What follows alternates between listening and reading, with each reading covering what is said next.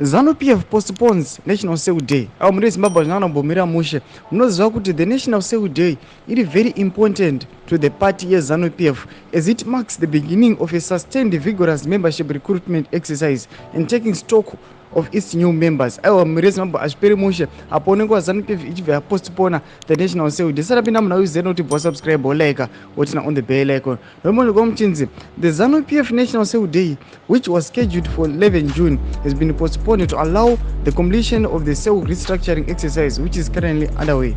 ZANU-PF National Political Commissar, Comrade Munyaradzi Mchacha, confirmed the development, saying a new date for the sale day will be announced once all structures are in place. The sale day was introduced in 2022 and all party members are expected to attend. The day will be celebrated annually to strengthen the ruling party's grassroots, organizational and mass mobilization units. They had out. Ndomasvika robuda mhira dota kuti aiwa ZANU-PF yapostpona the National Sale Day. Noda kuti National Sale Day aiwa inoitwa each and every year vachiakaunda for mamembers avo emuZANU-PF pamwechete nekuruta mamwe manew members. Sachimbotiudzai munofungwa kuti kudii pamusoro pema recruitments aya. Pinai mucomment section medu mutidze mafungiro enyu pamusangano subscribe kulike chinotina on the